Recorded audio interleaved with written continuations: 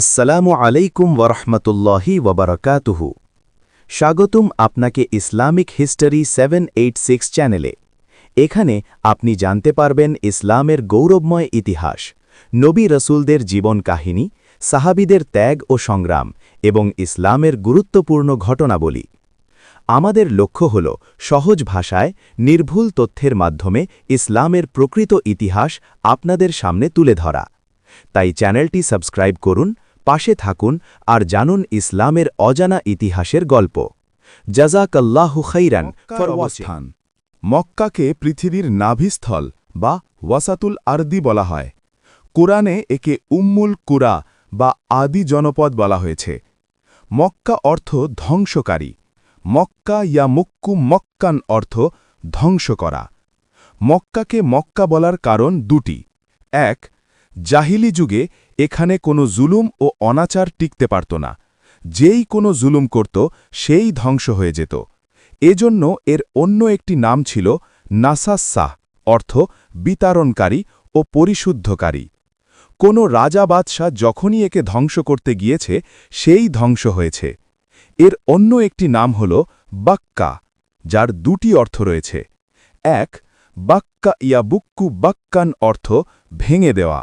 সে কারণেই বলা হয় লিআন্নাহা তাবুক্কু আনাকাল জাবাবিরাতি ইদা আহদাসু ফিহা শাইয়ান, অর্থ এটি প্রতাপশালী অহংকারীদের ঘাড় মটকিয়ে দেয় যখন তারা এখানে কোনো অঘটন ঘটাতে চায়। দুই, এর অর্থ ইজদাহামা, অর্থ ভিড় করা ও কান্নাকাটি করা। কেননা মানুষ এখানে এসে জমা হয় এবং আল্লাহর নিকট কান্নাকাটি করে।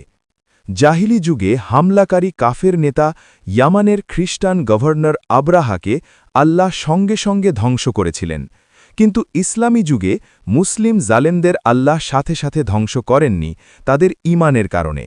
তাদের কঠিন শাস্তি পরকালে হবে যদি তারা তওবা না করে মৃত্যুবরণ করে।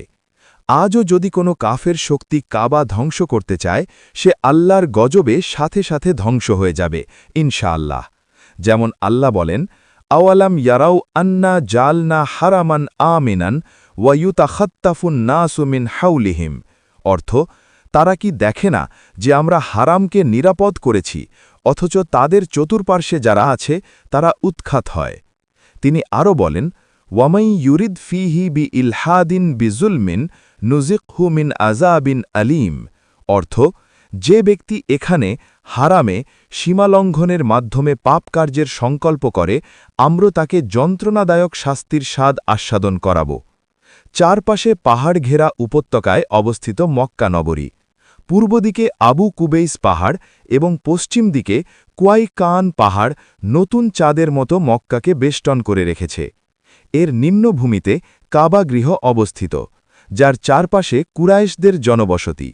নবচন্দ্রের দুই কিনারায় গরিব বেদুইনদের আবাসভূমি ছিল, যারা যুদ্ধবিগ্রহে পটু ছিল। কুরাইশ বংশ কিনানার দিকে সম্পর্কিত, যারা মক্কার অনতিদূরে বসবাস করত। এভাবে এখানকার অধিবাসীরা পরস্পরের সম্প্রীতির বন্ধনে আবদ্ধ থাকায় মক্কা একটি সুরক্ষিত দুর্গের শহরে পরিণত হয়। সে কারণে মক্কায় আগত কাফেলাসমূহ সর্বদা নিরাপদ থাকত।